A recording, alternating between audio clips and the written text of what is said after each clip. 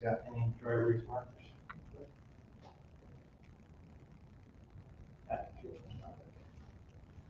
That's.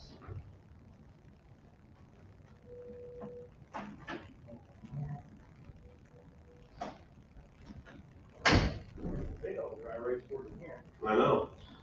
You've got like big, the big pad paper and big dry erase boards and the dry erase markers.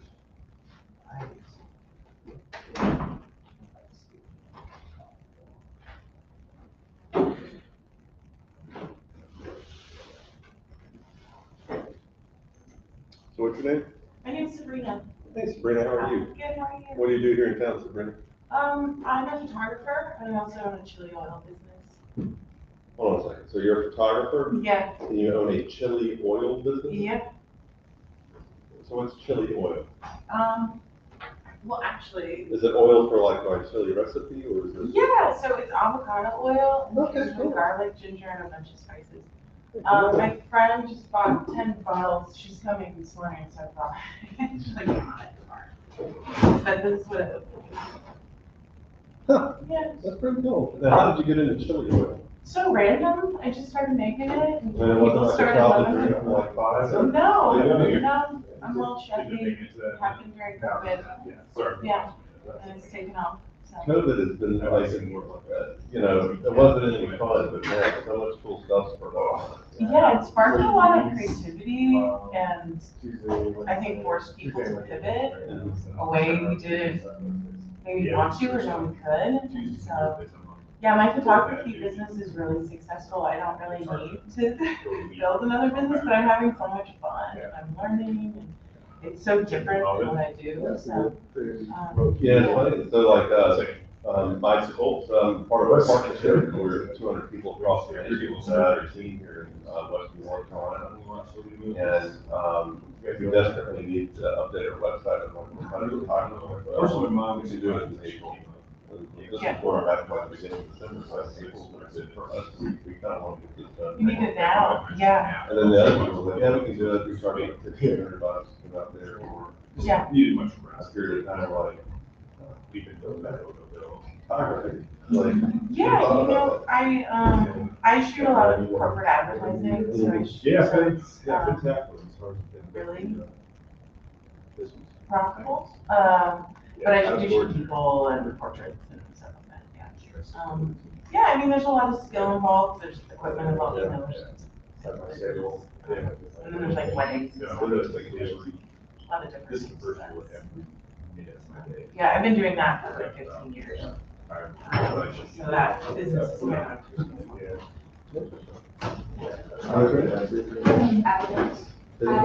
Abigail. What do you have there, John? You're a dentist. Or not, so you have your own practice. I don't, I'm an associate with practice. How long have you been out of business? Been I feel like sometimes where'd you go to? Yeah. Now, did you get your undergrad there? Sure. Yeah, double. I hope you old school I've been dating for a long time. Are you into the course? What base are in Florida? Cycling, horse race.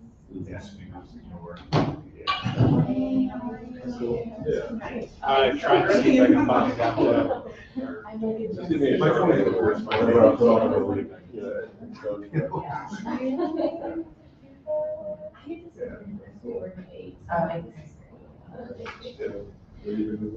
you're like a little more together. I'm curious to see if you just big dreams. Look back at last year. Good morning, you To come make with it, and then I kind of like, ran out of time. Here I am.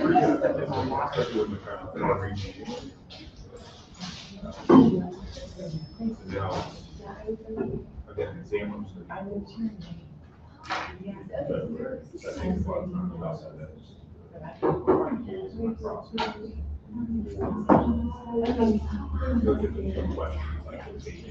Yeah, it doesn't, yeah, It seems like it. yeah, no, I get that a lot. Yeah, it is, but I think I guess I needed it. Like, I would definitely say first time. Like, two days in like, I grew up here, I'm like, Yeah. this is crazy. So, Everyone's just running. yeah. A little. It's like the last threshold.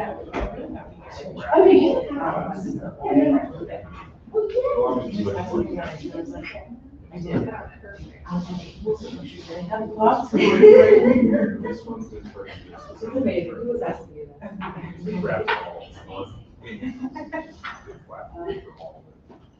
Yeah.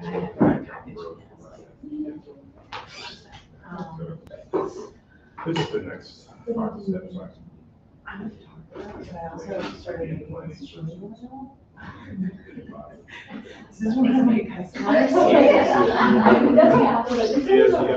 Yeah. She ordered. Coming out.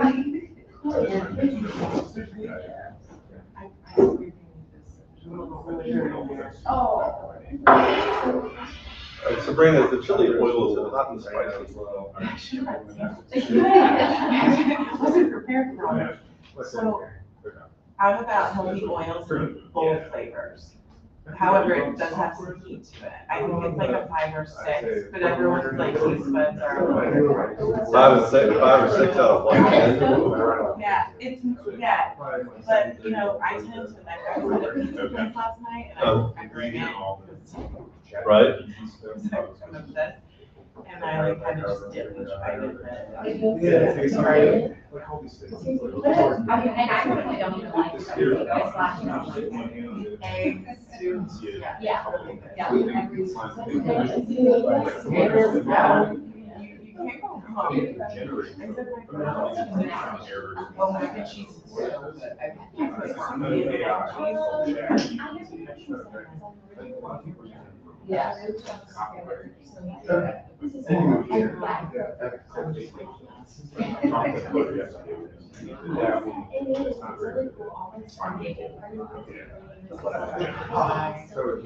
Awesome. I'm so excited. Next question, do we have a wireless? But I'm excited for more.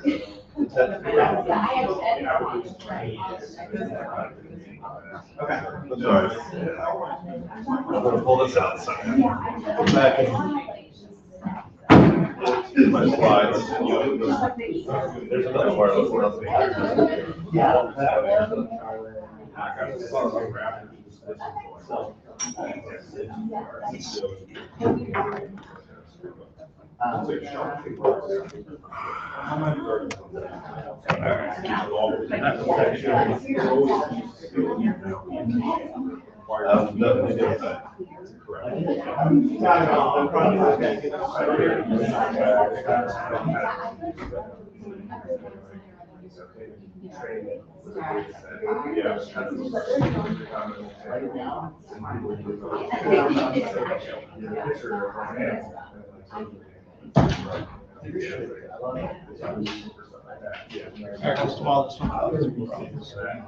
Hey, we're up and running. There we go. All right. Thank you everybody for coming. I know it's early on a Friday morning, beginning of the new year. We figured what better way to start off the new year than helping folks encourage themselves to get their financial house in order. Please do tell your friends we got this thing up and running. The live stream is actually working this morning. It says in stream instead of go live. So it's nice to have everything working well on a Friday morning, especially on Friday the 13th. Oh, yeah. So yeah, it's for those superstitious among us. Sorry about that. It just seemed like it better to choose the second Friday instead of the first Friday of the new year because we figured folks might be hungover or still trying to have the Christmas or something like that going on. So that just thank you all very much for coming. Thank you, Boaty, for coming and sharing with us from your 21 years of experience. I do want to make sure to give a shout out to our different sponsors, whether it's the Chamber, Amplified Media, Gillespie Dental, Bit Cookie, Fast Signs, and all the rest of them. Just thank them very much for providing this opportunity for all of us as young professionals to learn about our financial well-being. And I also want to make sure to let you know we've got the Hatchworks and Wortham Social coming up on the 27th. I think the door is closed on most of that, but just want to make sure remind you about going to that. There's also the UNCAA basketball game coming up on the 8th of February, followed by a networking event on the 9th over at Crave Dessert Bar. So I know some of us probably have some New Year's resolution about avoiding sugary items. However, it doesn't count when you're networking, kind of like calories don't count during Christmas. So just let's just plan on having an enjoyable evening. Maybe just eat a couple of salads for breakfast and lunch so we can enjoy those desserts or something. Find some way of rationalizing that. Unlike, I think we're going to be taught to not rationalize spending extra money we don't have. We want it, but just want to make sure you give a shout out to those different events. And please be watching your Facebook and Insta feeds and Christy's wonderful newsletter for updates about any upcoming events. We're hoping to get some scheduled for most of the rest of the year pretty soon. We're just gonna make a few little tweaks and go from there. But without further ado, we want to make sure that we give Boaty plenty of time to help us sharpen our pencils, learn how to stress manage all the wonderfulness of the stock market, and have people that counsel us in a great way. So if you don't mind, go ahead, Boaty. Thanks, guys. Thank you all for having me here today. Everybody's in the way back of the room, and I'm like way up here. And so, is it possible to ask, since we have so much room, that people kind of come forward? That way I don't have to shout. I like shouting, just not at you people, normally people in traffic and stuff like that. Okay. So I had the pleasure of meeting some of you, like Michael and Sabrina and Abigail. Abigail's in it. Sabrina's the chili oil queen of the South. Mike's an electrical engineer. So I just sort of want to get a sense of who's in the room. What's your name? My name is Saunders. Saunders? Okay. Saunders, what do you do? I work as a coach and a psychotherapist. Coach and a psychotherapist. Pretty cool. How about you? I'm Kelsey. I'm a nurse. I've just started my MBA and I'm working towards nursing administration. Good for you. We need more nurses. Abigail's a dentist. Is that all right for me to just introduce you, Abigail? Yeah. Thanks. Gotcha. And we have the chili oil customer. Oh, yes. That's right. Oh, yes, huge fan. I'm Christy. I do the communications for YPA and I work in utility scale solar energy. Gotcha. Okay. Christy, I now know you from LinkedIn. Okay. Oh, yes. All right. And Sabrina is not only a chili oil entrepreneur, but also a photographer entrepreneur, correct? Yeah. Gotcha. So anything else? I do a lot of things, but those are relevant. Gotcha. What's your name? My name's Aaron, and I co-own a software development firm. Oh, wow. And what type of software do you guys do? We're kind of custom to whatever the client should want, but our big clients in the finance industry. Okay. Gotcha. Interesting. I'd like to learn more about that. And how about you, sir? I'm a fellow financial advisor at Consolidated Planning. Oh, really? Yeah. I know those guys. So, Andy Brinsfield, right? Andy, yeah. I met Becky's probably called you a few times. Becky Thompson and I used to work together Really? at Northwestern when Mike Thompson and I used to work together at Northwestern. Okay, yeah. Wow. So I've known them for years and years and years. Very close with my family. I think all of them. So it's pretty neat. Yeah. How about you? My name's Leela. Leela? Leela. Leela. Yes. Nice to meet you, Leela. Thanks. I own my own business and then I also work in sales. So. What's your business? I'm like an interior decorating Good for you. Cool. with my mom. Oh, thank you, Leela. My name is Jordan. I work in implementation for a software company. We're software for tennis clubs and athletic clubs and gyms. Wow. Okay. The niche specific I software. was gonna say, that sounds pretty neat. Yeah. And Mike here is he's a electrical engineer, correct? All right. What firm are you with? Well, I have a consulting business that I started that is my own, and then I also work for a company called EcoLink, which is a sub-company within Universal Electronics Inc. Eco-Link, we mostly build like IoT devices, smart home and home automations type stuff. Cool. Thank you guys for, sharing who you are. Some of you I actually recorded. Sorry about that, Miguel. So I'm Boaty Alexander. And, I'm a partner in a firm here in Western North Carolina called Steward Partners.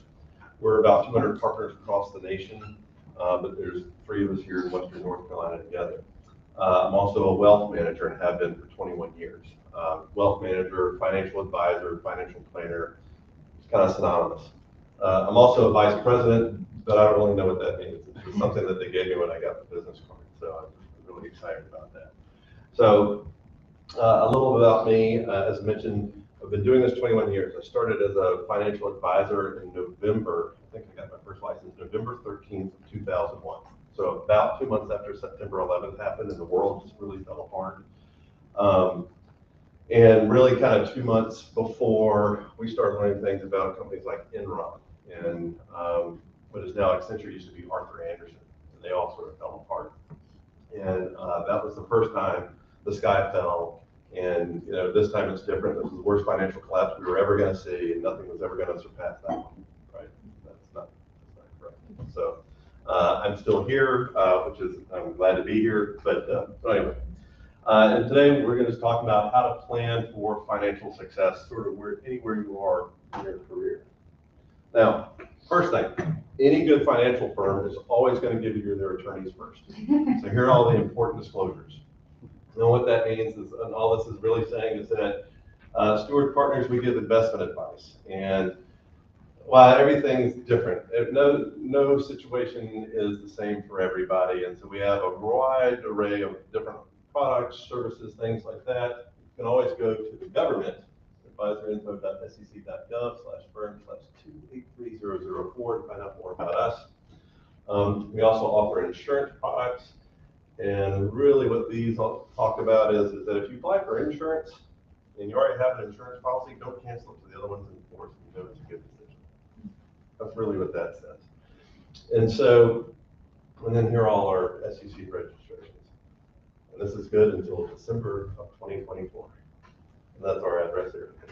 So anyway, important disclosures of attorneys. So my question for you guys, what's important to people in this room today? What are the things that you guys most want to learn about their time together?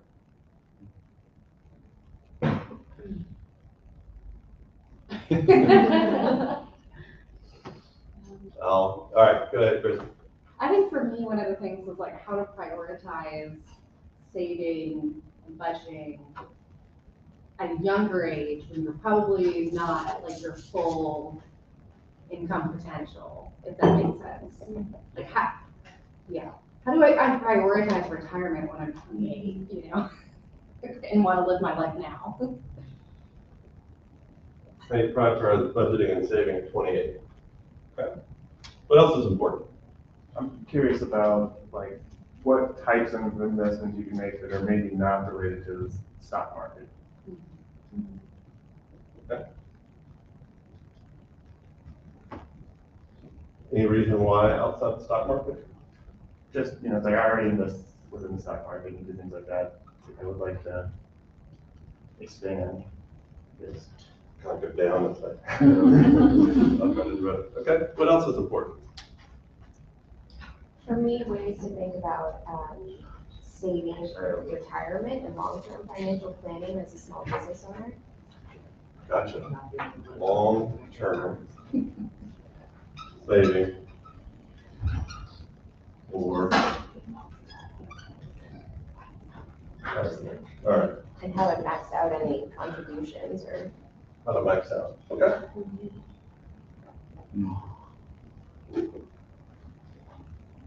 Anything else? Maybe to add on to that last one, like ways to reduce taxable income.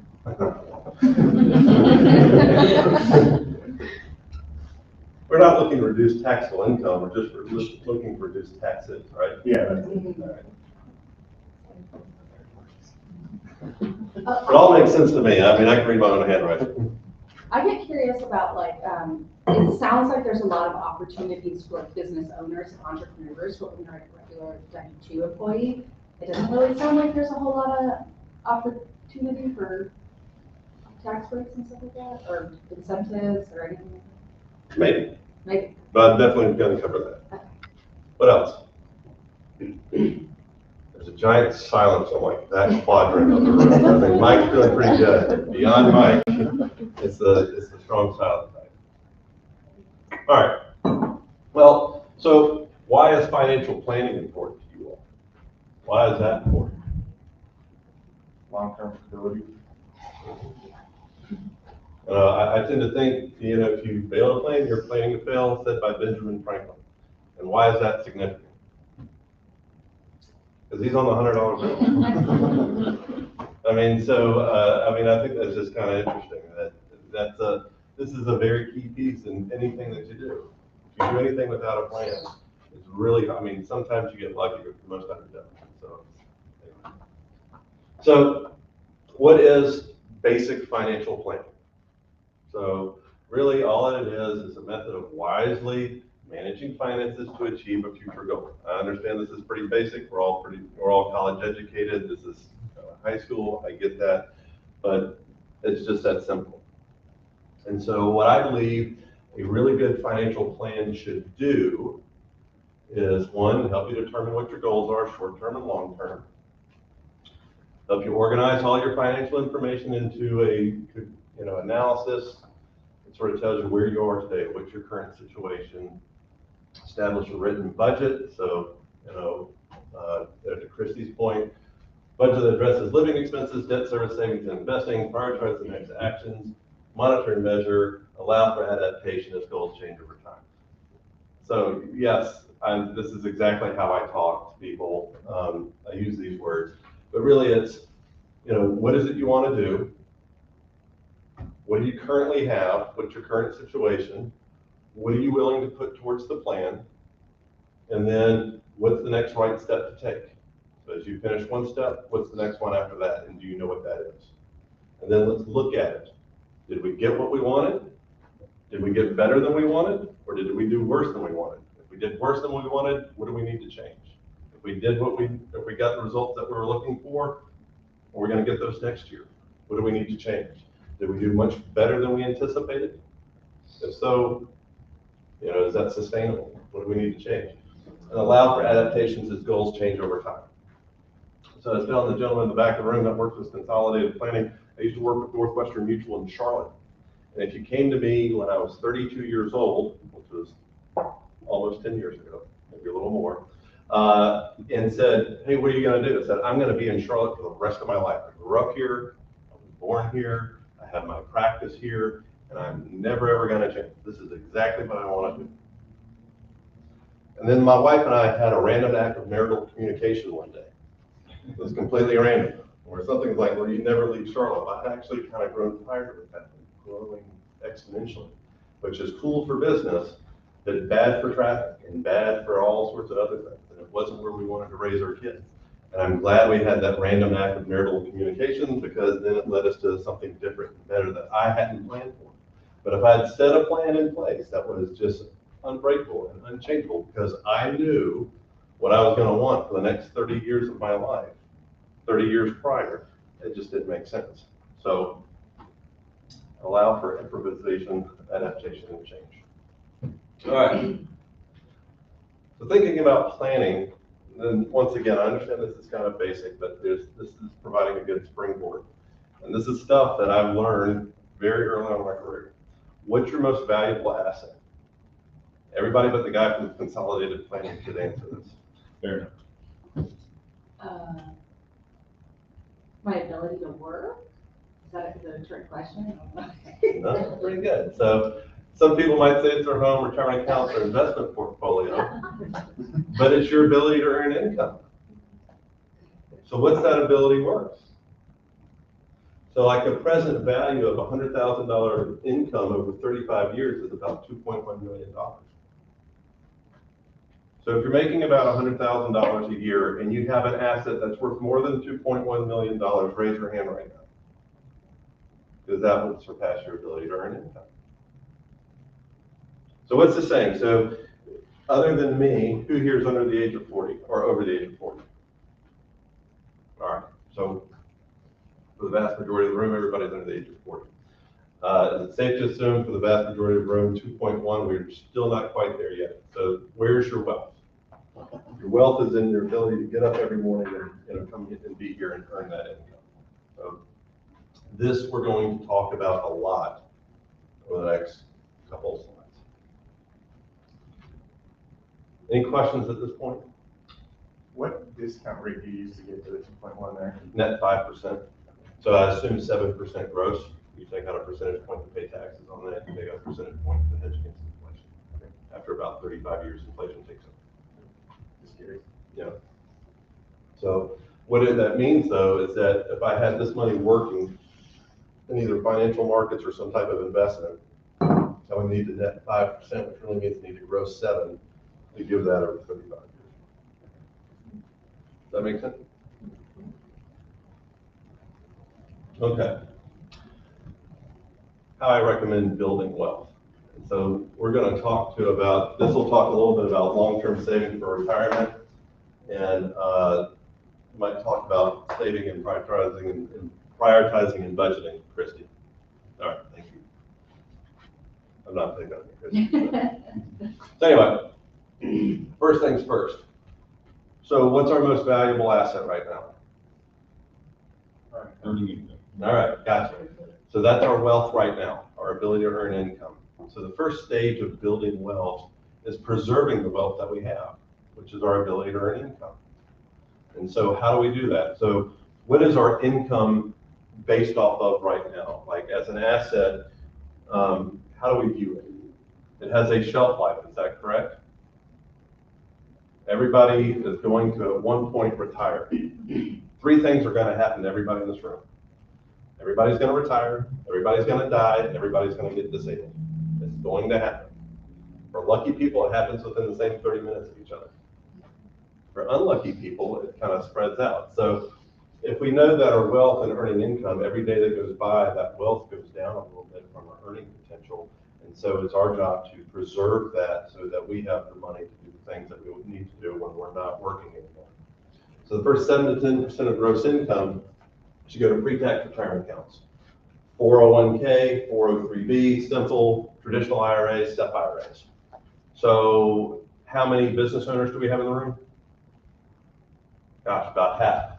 So you all have the ability to set up all sorts of accounts like this. Maybe not a 403b for some, but you might have a 403b as a dentist. But all this allows you to do is say, hey, we're going to put after-tax money, so we make $100,000 a year. We can put somewhere between 7 to 10% is what I recommend. So somewhere between $7,000 to $10,000 a year into a 401k plan or a simple IRA or a traditional IRA. And what's powerful about that is that allows money that I haven't been taxed on yet to go into an account. If that account grows with investment rate of return or whatever type of interest that it earns, that's going to happen without the effect of taxation. So I'm going to build up a bigger pile of money, right? And so that's great, because if it were taxed year over year, that would be a smaller pile of money. And when the money comes out way out in the future, it'll come out taxable, but I'm not worried about that. I'm worried about building up as fast as possible. Now, 7 to 10%, Christy asked about, well, what if I'm not an entrepreneur, I own my own business and I'm with an employer, right? Well, here's the neat thing. What do most employers do in their 401k plan? That's right, they match it. So if I put in 5, they may put in 5. Standard match somewhere between 3 and 5%. So if I put in 5, they put in 3. So for 5%, I'm kind of right here in that sort of sweet spot, right? Any questions about this? Is this good stuff, or you guys are kind of like, as a group, you guys have a collective poker face that's pretty astounding. All right. Next thing I'd recommend is 3 to 5% of gross income going into cash savings. So you have about 3 to 6 months of living expenses saved up in the bank. After that, quit putting money into cash. Why do I say that? Come on in. Why do you think? Say inflation, the time value of money. What was inflation last year? 8%. right? If you were Bank of America, Wells Fargo, PNC Bank, First Bank, which is former National Savings Bank, First Citizens, if you were their absolute best customer, what were they giving you in their savings account last year? 0.2. Not even that. Their 1-year CD rates were 0.15. So you're earning 0.15%, but inflation's devaluing your money at 7% last year. And on average, I would say a 30-year average inflation somewhere between 2.5% and 3%. Last year was kind of a high watermark, but we've had years of low inflation. It doesn't matter. Anything less than what the average is going down. But it's still important. You know, if Christine needs $1,000 out at 2 o'clock in the morning on Saturday, she can go to cash. If someone loses their job or decides to take the next step or find a better job, they're not worried about scrambling to get that paycheck by next Friday. They've got living expenses in the bank. Hot water heater blows up, whatever it happens, you're not going into credit card debt. Yes? So I switched to a high yield savings account, and it says it's FDIC insured. Are there any things to watch out for a high yield savings account versus a traditional one? You know, the thing about it depends on what it's invested in. And so where are they going to get the yield? Now, here's what I would submit. Those banks that I mentioned, they earned a ton of money last year because the interest rates from the Fed increased. And there are some things like, so I have a money market account that I offer my clients. Typically, you have to have 10 million to invest in, and it's paying 3.9. I would say the relationship my firm has with that fund company, my clients don't have to have 10 million to get into it, but it's an institutional high yield account, and it's diversified, and it's not FDIC insured. So if someone has a high yield savings account, all the FDIC insurance says is that if this institution defaults, you're protected up to somewhere between 100 to 250,000. I can't remember if they increased it over COVID or not. They may have. I think that brings up a good point of who you do business with, because that is a risk. If you go down to Sneaky Pete's investment house and say, hey, here's my money, they're probably not going to, brand it on their wall that we're going to take this from you, or we're going to do something to relieve you of your money. But I do like knowing that there are quality institutions around that you can go to, and as the consumer, everybody has the power of the purse. You get to choose. Does that make sense? Is that helpful? All right. Next, 3 to 7% of gross income. I recommend going to alternatively taxed accounts, Roth IRAs, annuities, cash value life insurance. This is different because if you make that same $100,000 income, you put money in these types of places. It goes in after tax, so it's money that's already been taxed, grows tax deferred, so you build up a bigger pot of money. And when it comes out either tax-free or tax-advantaged. So, to Mike's question is, how do you reduce taxes? Well, there's a couple different ways. Putting money into an account like this one reduces taxes now. Having money over here reduces taxes later. So this, like I said, I don't really know how I'm going to feel 30 years from now when I need money out of these accounts. But I really like having options. I really like having the ability to say, I can design a plan. So if my tax rate's higher, great. I've got money I can pull out tax-free and lower my tax liability. If tax rates are lower, that's great. I put money ahead of deferred money without paying a higher tax rate than pull it out at a lower tax rate. Doesn't matter. Question. Go ahead. Is it true that the contributions you make to 401k or SEP differ because it depends on the income your business makes, what contribution you make? That is correct. So 401ks, you can put into about $60,000 on a pre-tax basis, and that comes from your contributions, your company's match, and then possibly a profit sharing contribution, maybe more than $60,000 when it's all in. I know that this year each and every person has the ability to put in $22,500 of their own income into a 401k. Their company can match that. So if you own your own company and you sort of design the match, you can do that.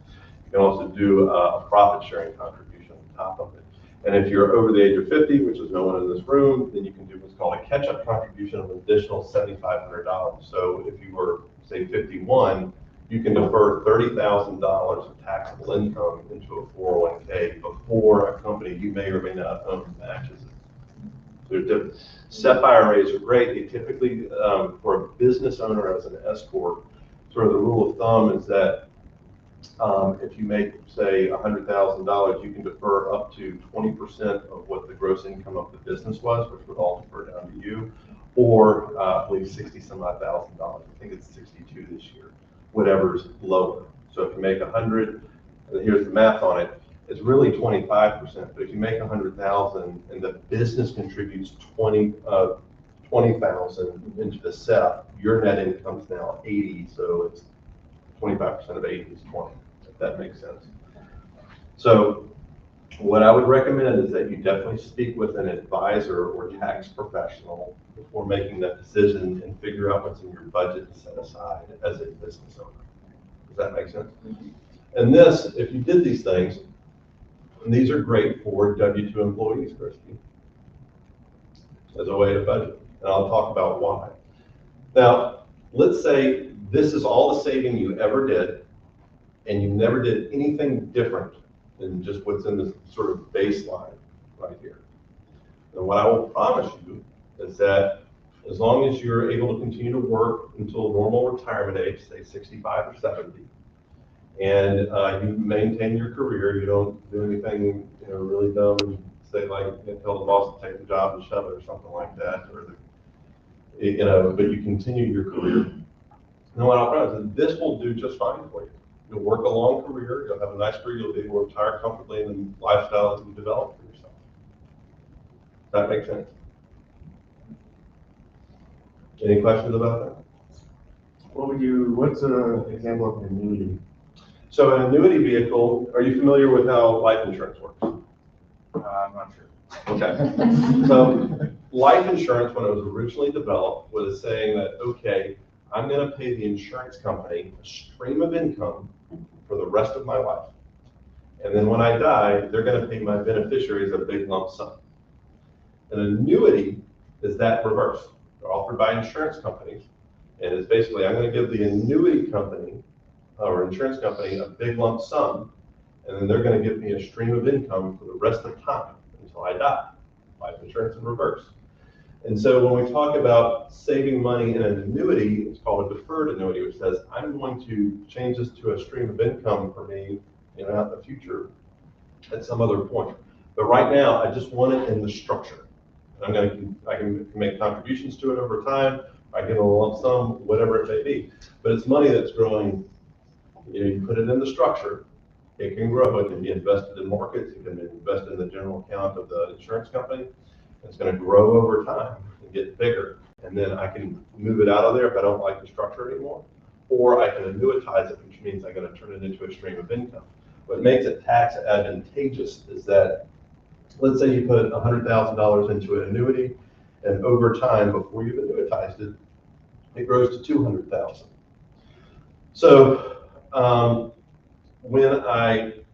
if I were to take an annuity income stream out of it, it means half of all of my distributions from that would be taxable, and the other half wouldn't because it'd be a return of principal. But the big thing is that it allows you to grow that money without the effective taxation year over year.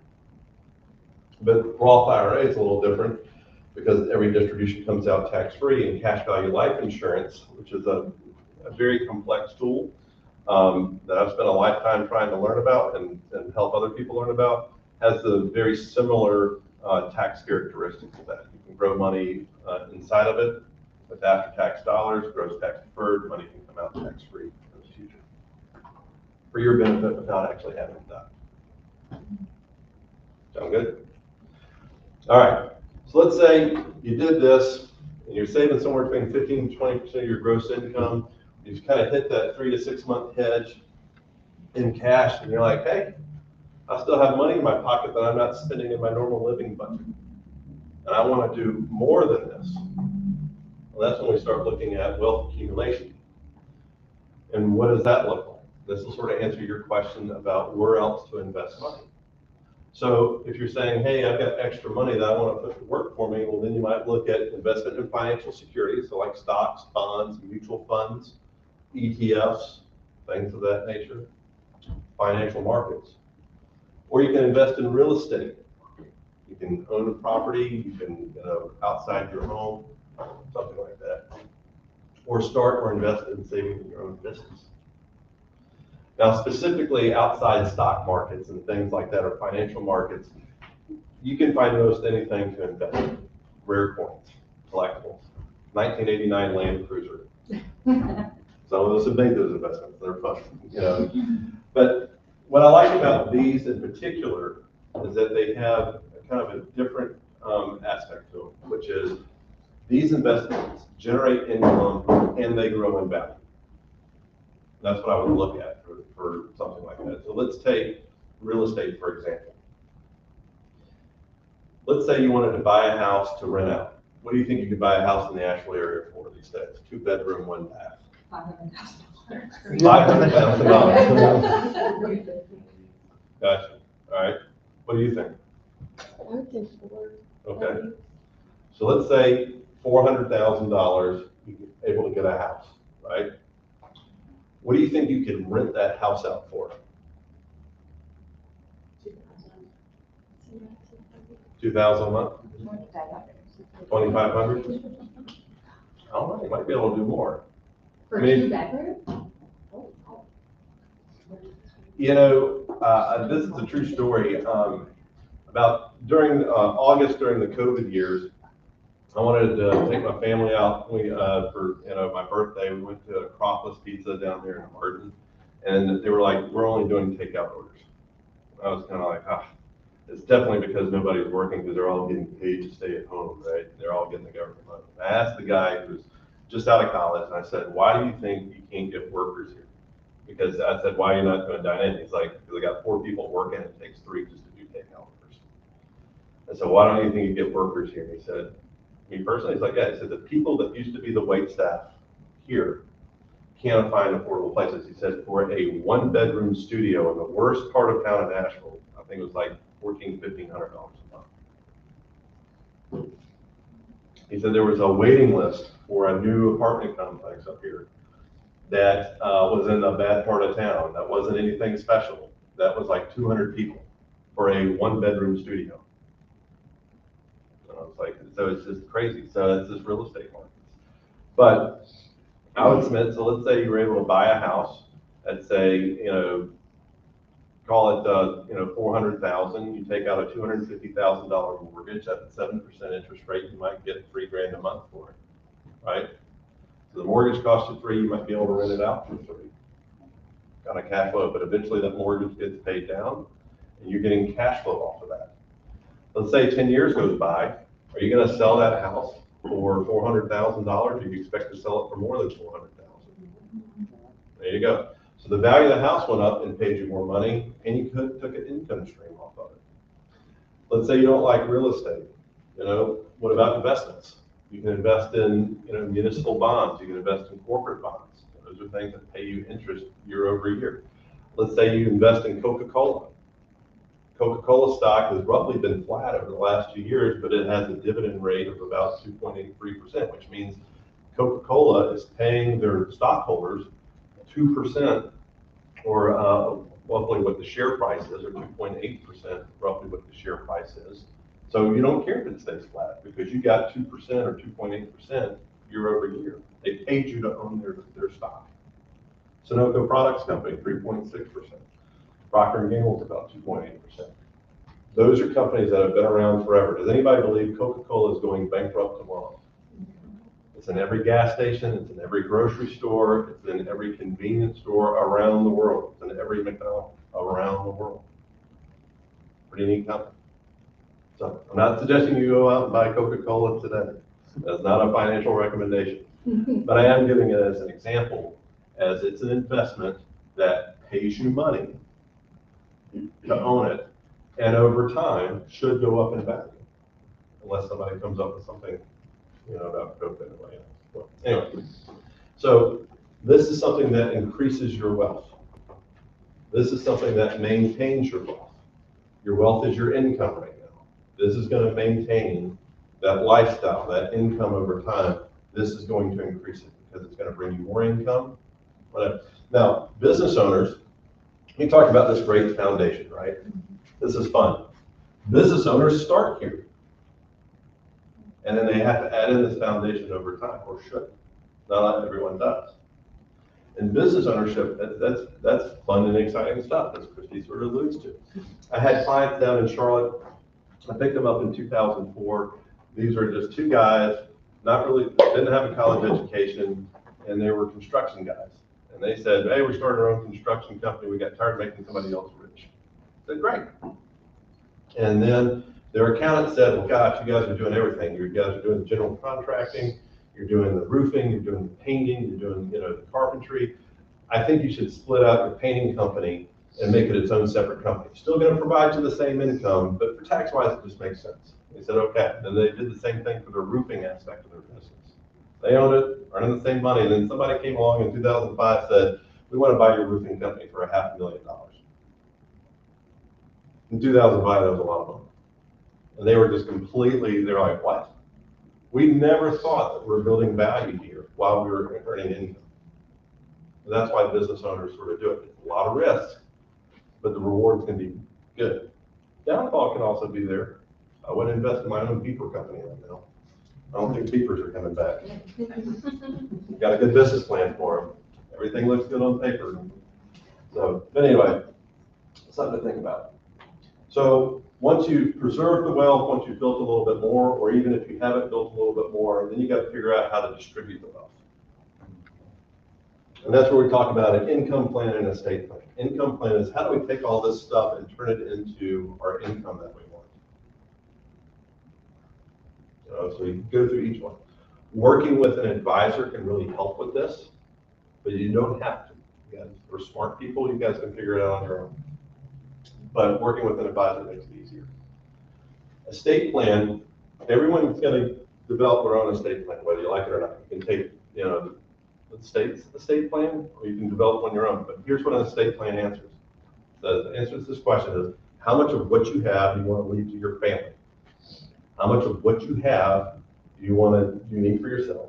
How much of what you have do you want to leave to charities, to your community, to your faith? And how much of what you have do you want to leave to Uncle Sam, your silent partner? Mike's really excited about Uncle Sam as a silent partner. That's why he's really like, I don't want to reduce my taxes. I want to reduce my taxable income. No, it's just, so this is part of it. And this is what a good financial plan will help you guys figure out. Now, you know who taught me this? Mike Thompson. Yeah. Have you seen this before? Yeah, different variations, yeah. Yeah. I can draw this on the back of a cocktail napkin upside down. I've been doing it forever.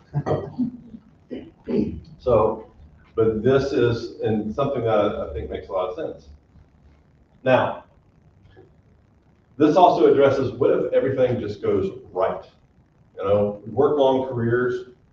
We never get canned. We never get fired or asked to leave. We never make a mistake by maybe leaving a firm too soon. We never get sick. We never get too sick or too hurt to work.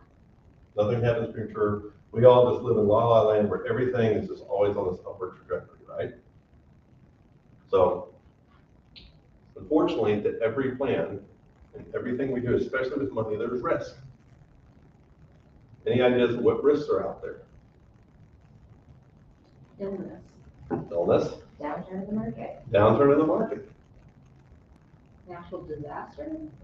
I didn't think about that one. That is possible, because natural disaster will do everything. But when I design plans for people, I'm always thinking about risk. And the first one, is market risk.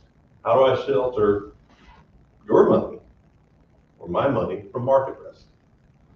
The best way to do that is diversification. So Mike, when you're thinking about what else can I invest in outside the markets, that's diversification. You're already in the market, right? I like to diversify by asset class. Is it snowing outside? It's snowing. You can say it's snowing and everybody will look to the window at any time of year. It could be mid-August, it's snowing and, we'll go out. I think it's a good sign. That is, that's fun. Yes. So we talk about diversification. We talk about, diversify by asset class, stocks, bonds, alternative investments, structured products, real estate, different classes of investment out there. That helps out. Diversify by asset style. Is it invested in sectors of the market? Healthcare, financials, technology. Technology may not be that good this year. Tesla's going to have some neat earnings reports come out later today. That'll be fun. But healthcare we think might do very well this year. Fixed income might do very well this year, but sectors. Diversify by asset manager. How many people here in the room have some type of retirement account? Okay. How many of those retirement accounts are invested in a mutual fund? Nobody, okay. One person's in straight cash or stock, that's fine. But those mutual funds are managed by either one person or a team of people. So those people are going to be either right or wrong about their market predictions this year. So if I diversify by the manager, and I have multiple managers managing different portions of my overall portfolio, and there's people that are experts in different sectors, that makes sense. That diversification helps protect against market risk.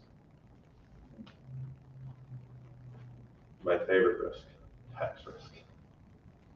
That's where Uncle Sam says, you're making too much by our determination and we're going to take it from you. So how do you protect against tax risk? So fun fact, anybody here buy Tesla stock in March of 2020? Right, Tesla stock was going for about $70 a share, for one share in March of 2020. So if you bought one share of Tesla stock, then in August of 2020, Tesla had a 5-to-1 split. So that one share that cost $70, you now got 5 shares. And by December of 2020, Tesla was trading for $800 a share. So if you invested $70, you would have gotten $4,000. And if you're thinking, man, I really want to buy something good for mom and dad for Christmas that year, or the end of the year, or you want to take a special trip for New Year's, and you sold that stock, would you get $4,000? No, you would get roughly, I think, like 2,400. Really a little bit, I think like 2,430 bucks. Because the taxes on that would have been short-term capital gains at 40%. So if you waited until April, you would have gotten short-term capital gains at 20% tax risk. But if you bought that inside of a retirement account or like some type of tax advantage account, you don't care because you're not paying taxes because you're deferring until you pull the money out. So tax risk. Legal risk. Legal risk is when someone says, I want to sue you for your money. Does anybody, what are the reasons someone might sue you, Christy?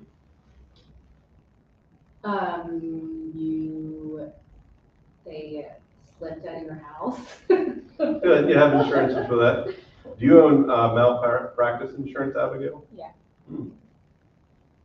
Yep. Legal risk. Car accidents. You do something and they say, hey, what you have, you owe it to me, I'm willing to take you to court over it. Legal risk. How do you protect against that? Retirement accounts, creditor protected.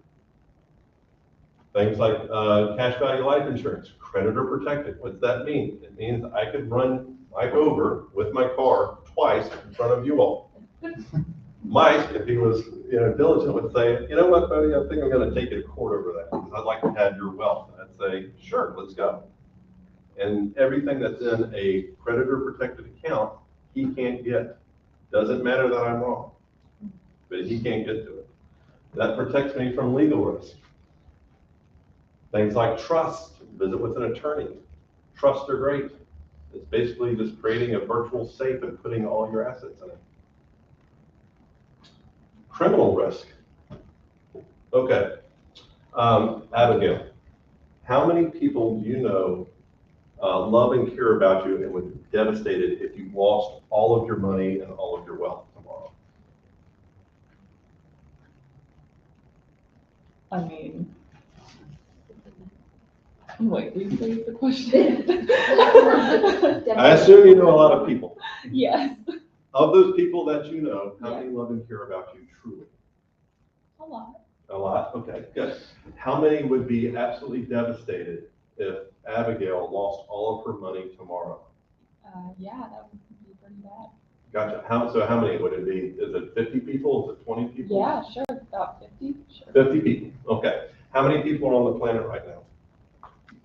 7 billion? 8 billion, 10 million as of Worldometers last Friday. Let's just round that down to an even 8 billion. So 50 people love and care about Abigail. 7,999,950, something like that, all right? Don't. So, how many of those people do you think, what do you think the criminal element is of that population? 50%? 20%? 10%? Let's call it 10%. So roughly 800 million people actively want Abby's money. 50 don't. 50 want her to keep it. So how do you protect against criminal risk? Well, partner yourself with organizations and firms that are willing to bring a battleship to a knife fight. Does that make sense? So I'm not a big proponent of big banks.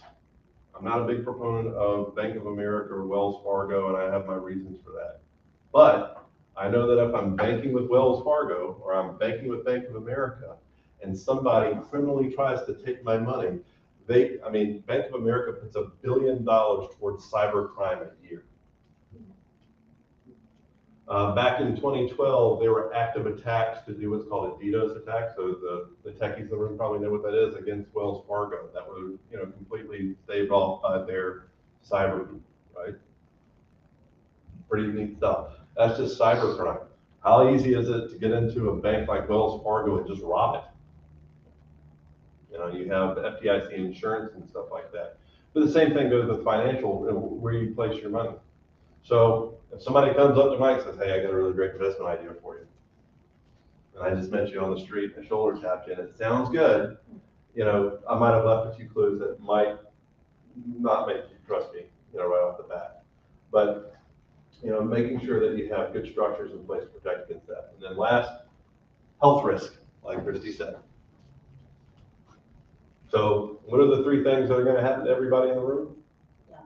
Die. That's right. So if we take death and disability, if our wealth is right now in our ability to work and we disrupt that wealth, that's a problem. Anybody in the room married?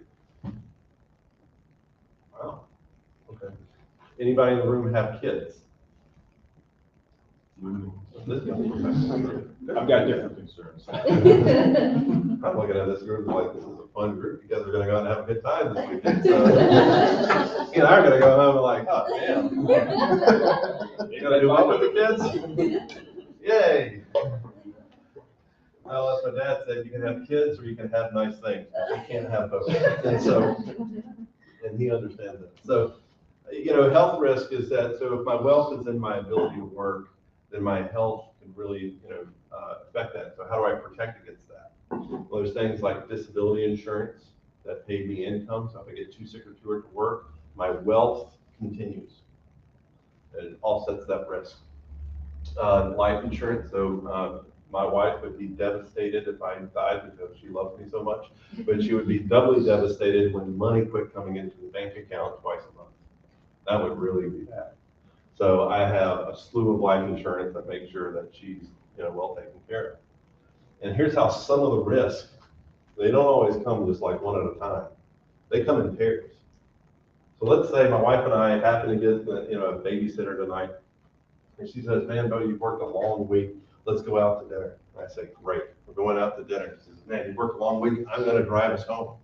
I say, that's awesome. I go up, sit in the passenger seat of the car. She's turning left out on the road, get T-boned. Her fault, she didn't see the other car coming. Car T-bones me right in the passenger door, kills me dead. All of my life insurance goes to her. My wife's kind of banged up, but the guy that hit us, because my wife made an error, he's really banged up. Now he sues my wife. Well, all my life insurance just went to her. So if I have $3.5 million of life insurance, he gets to sue her for $3.5 million. That is not what my life insurance is enforced to do, to pay some guy that got in a car accident with us. is to, support my family and friends. So how do I protect against that? I take my health risk, and instead of naming my wife a beneficiary, I name a trust a beneficiary. Now the guy can't sue the trust. The trust didn't do anything. Go, my wife did. Sue her. If she takes income off the trust, maybe he can protect that. Well, great. My wife can be a beneficiary, and so can my kids. What? We just need to go to the bathroom for a minute, is that okay? Oh, the bathroom? No, over there, outside. Oh, sure. Just for a minute. Thank you, sorry. Hey, come on. Good to see you. Good to see you, bud. So anyway, name my kids as beneficiary, and then my wife can, manage their stuff. But the bottom line is that it protects my wealth, my life, and it protects for money. We're sorry about the guy, maybe the insurance will cover some of it. But anyway, that's how you protect against risk. And I would say, talk to an attorney, talk to an advisor, talk to a tax professional, talk to your attorney again, talk to an advisor. All right, so protecting wealth, this is insurance. A financial plan without insurance is not a financial plan. It's an investment plan. Does that make sense to everybody? Okay, so disability income insurance. I'm trying to, we got a lot of paper towels here for that. All right.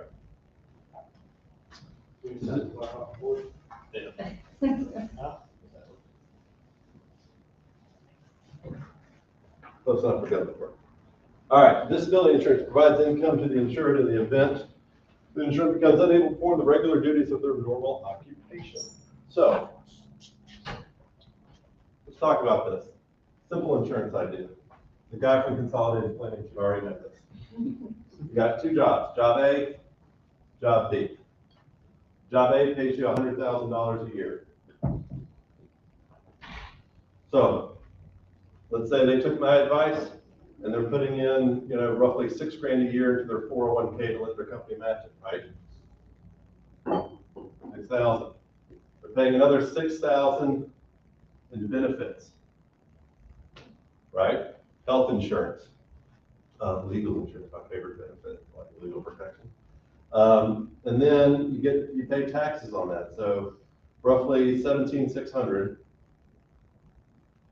comes out in taxes. That's roughly 20% of what's left. So that means you have, I think, $70,400, right? A year. This is why you're happy and healthy, right? Job A. You get too sick or too hurt to work, how much do you get? Nothing. That's job A. Job B. We make the same 100,000. We have the same contribution to our retirement plan, the same benefits, the same taxes. So that would be 17,600. To make the same 70,400. And then we roughly take 2.5% of our income, or $2,500.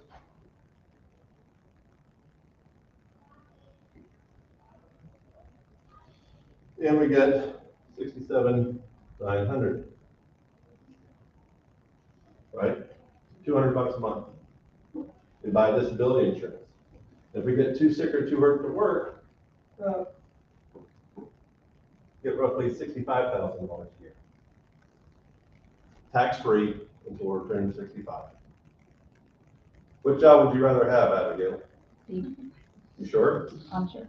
Does anybody want option A? Okay. So health insurance, easy, or disability insurance. Life insurance provides a financial benefit to the beneficiaries in the event the insured dies. There's only two reasons people own life insurance. What are they, Consolidated Planning? No, I feel like there's a bunch of reasons, but ultimately it's to preserve, provide money to the beneficiary. Yeah. Right. So why do I want to do that? Protect the ones you love, leave Love. income for them, love. Yes, not fear. That's right. Yeah. I own life insurance because I either love my family, which I do, I own a lot of life insurance because I love them, or I love my business. So if I own my own business and I want to protect it, I own life insurance. I.e., I don't want the employees out. That's the only two reasons to own it. Life insurance is really cheap. Term insurance, like a 20-year term policy, which is different than the cash value stuff. You know, for $1 million for somebody that's age 35 may cost $500 whole dollars a year. So when my wife says like, hey, do you have life insurance? And I say, no, I do not. And it only costs $500 a year. That's kind of like a really crappy thing to say to somebody. I've paid a ton of death claims in my career. I've had to take a check to a grieving spouse or a grieving family member, and no one ever asked how much did it cost. The spouses always want to know two things. Do we have it, and is it enough? And then we're able to say, we went through all this other planning, and it works. All right, so we're right at 9:30. What questions do you guys have?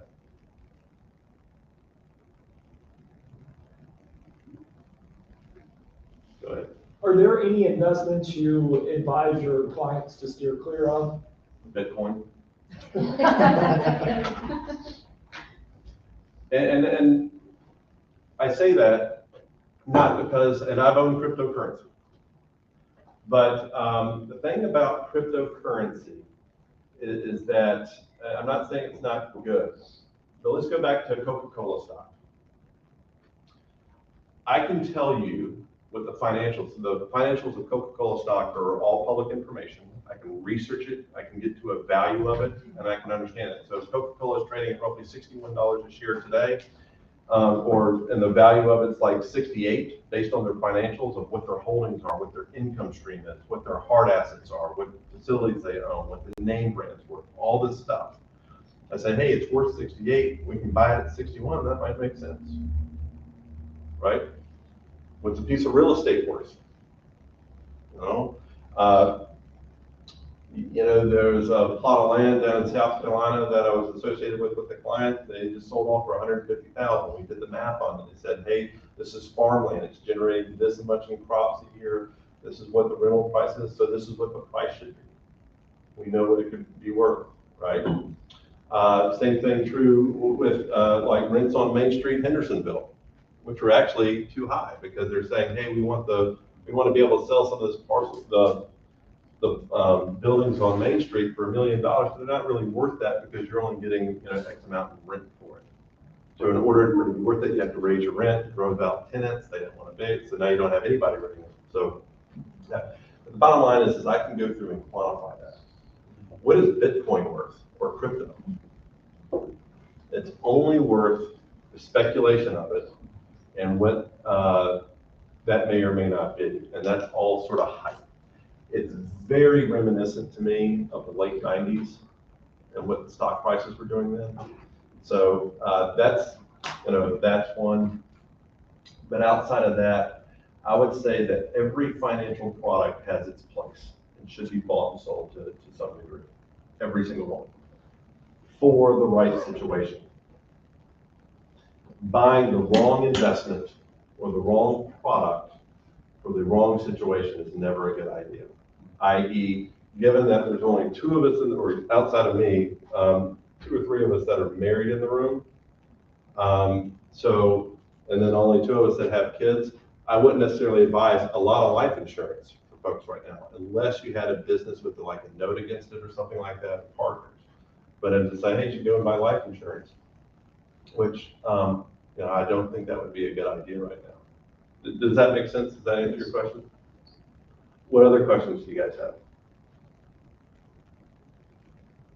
I had one, as us having kids, I had one that was a little more, maybe higher level. Go ahead. I'm curious. I don't know if you want to visually go back to the pyramid one.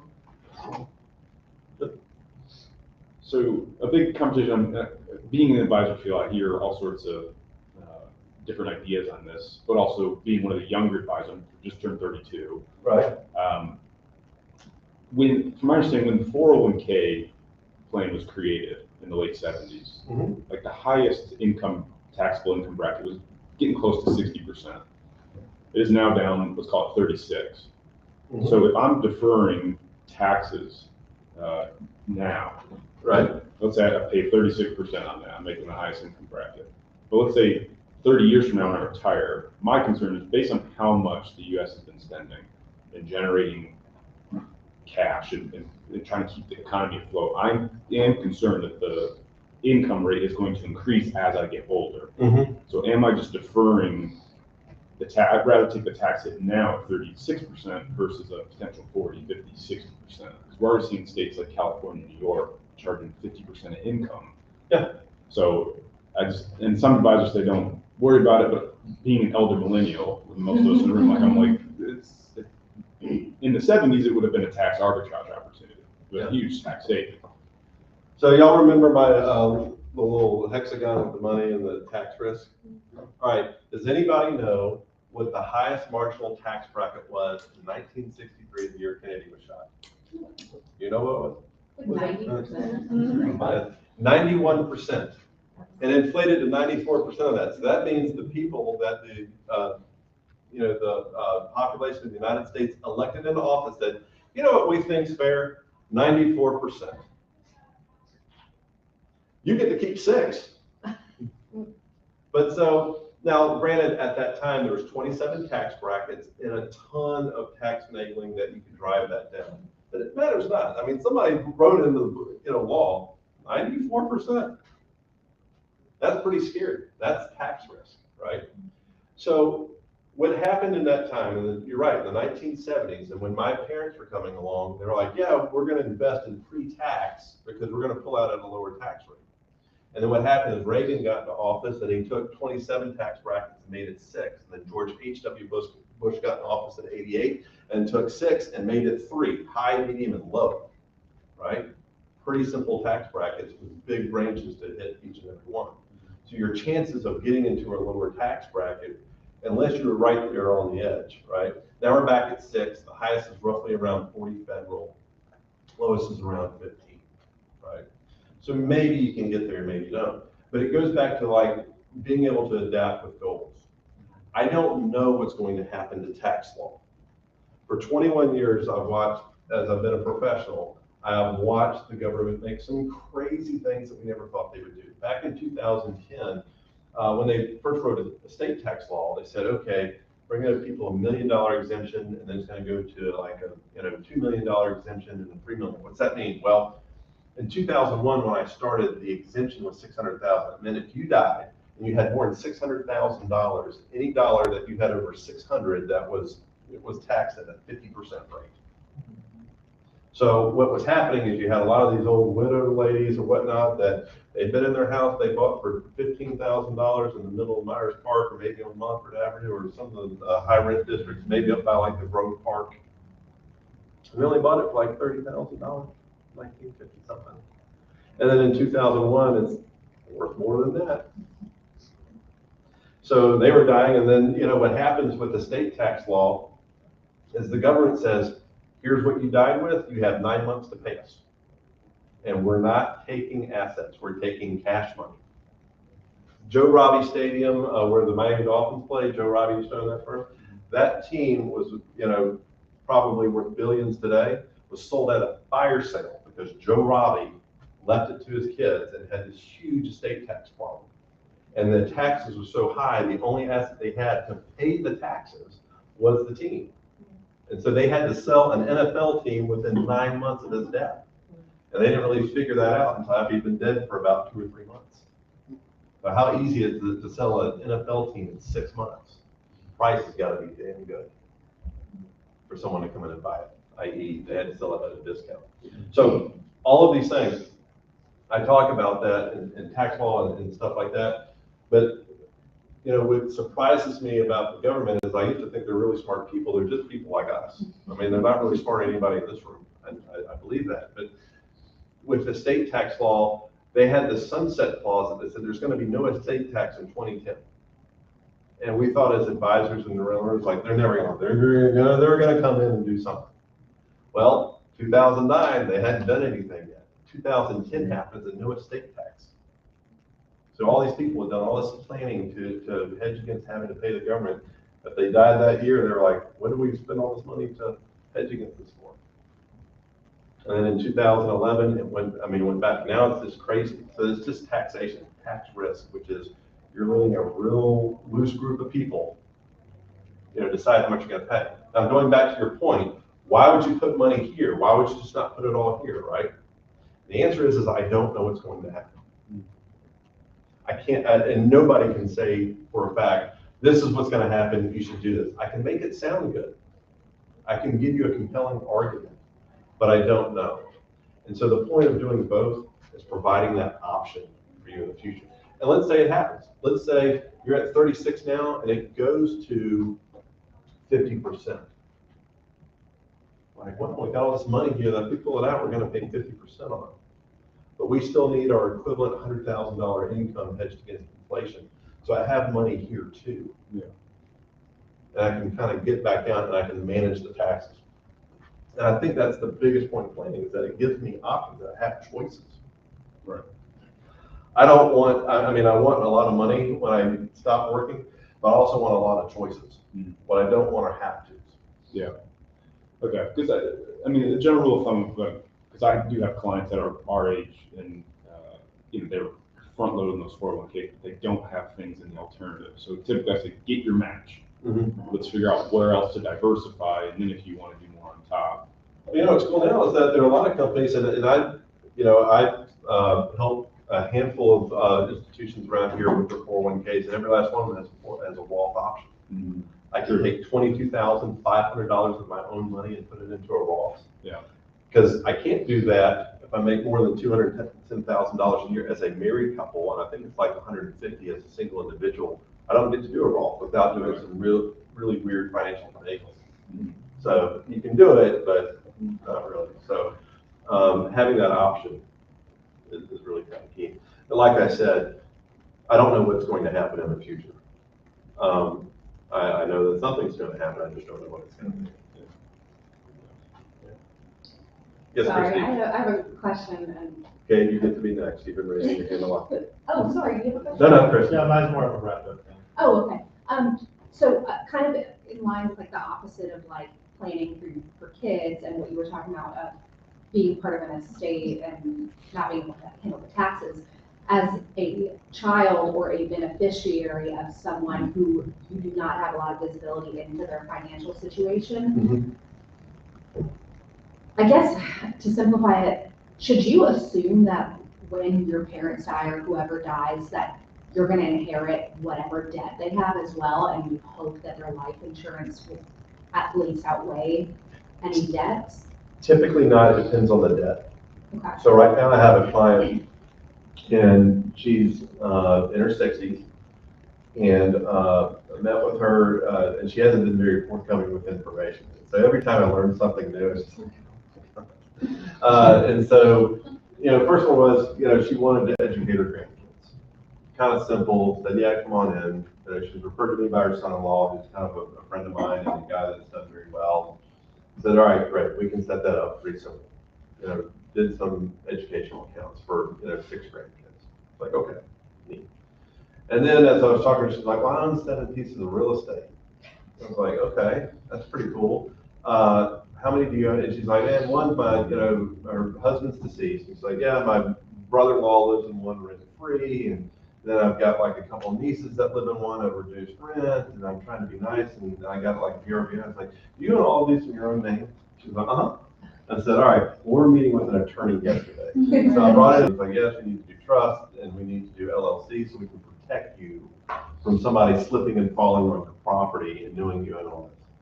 And then I met with her again. She's like, well, my husband took out $1 million note about 3 years before he died from a private family, and it has 5% interest, and they have it based on land that has some mineral rights that we're able to. And so basically the note hasn't been paid down, and there has been payments on this other stuff, but after 10 years, like, how much do you owe? She's like, $998,000. I was like, you're never gonna pay that back.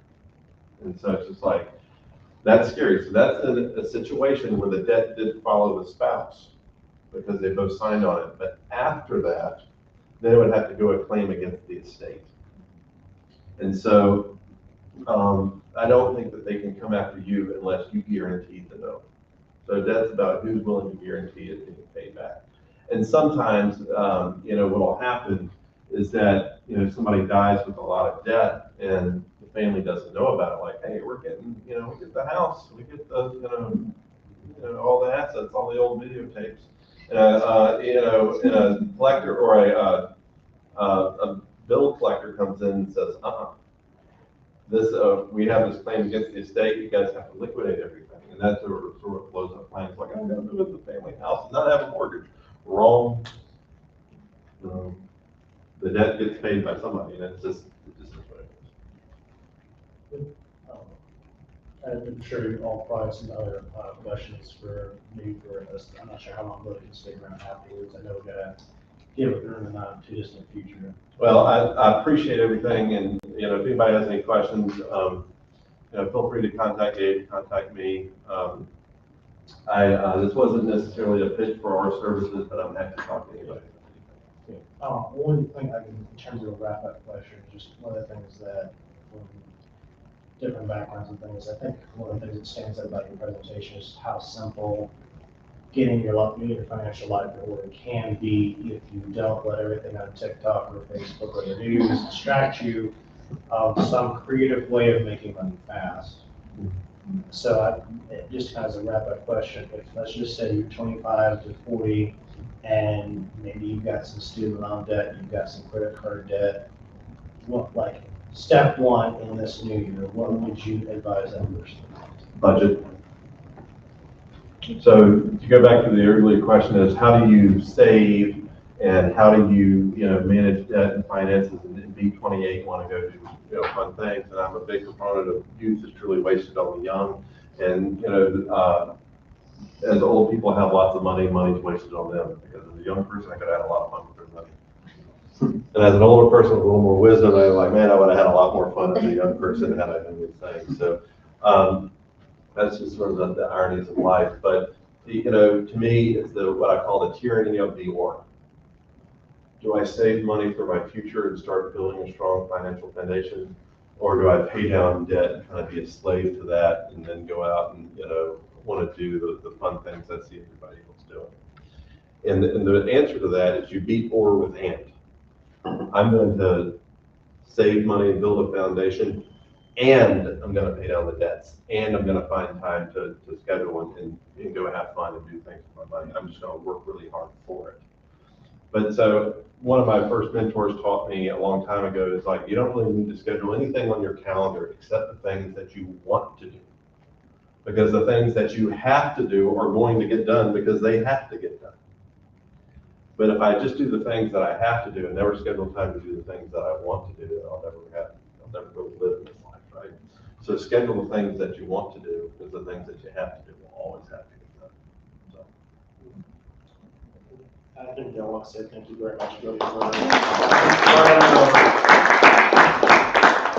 one last little plug for, we've got the Hatch and Wortham Center event coming on the 27th. Yeah, I just wanted to say, tickets have not sold out. Okay. So the discount is good until tickets sell out. Okay, you still have a chance. So if you want to laugh, want to have some fun on the 27th, please do sign up for that. What's the event? It's going to be over, I think it's at the Wortham Center, if I remember It's right. at the Wortham Center. They have a comedy show that night, and then we're gonna do a cocktail hour before that, and we have a ton of food sponsors and 2 free drinks a person, so. And then we've got a UNCA game on the 8th that we're, I think we got tickets for, what was it, $10 or something like that, or something like that on there, but he has a YPA, but we'll use YPA in the code for signing up for that. That's in section 8, I think. Then we've also got a networking event over at a place that's going to kill any dietary plans we have. Create a dessert bar over there on the 9th. So just please, we're looking forward to seeing you all there and seeing you all think, celebrating maybe some of your financial success between now and then. And just we want to encourage everybody, whether it's financially or professionally, just to kind of just keep on rocking it. But thank you all for coming today. Thank you. So I thought, what happened?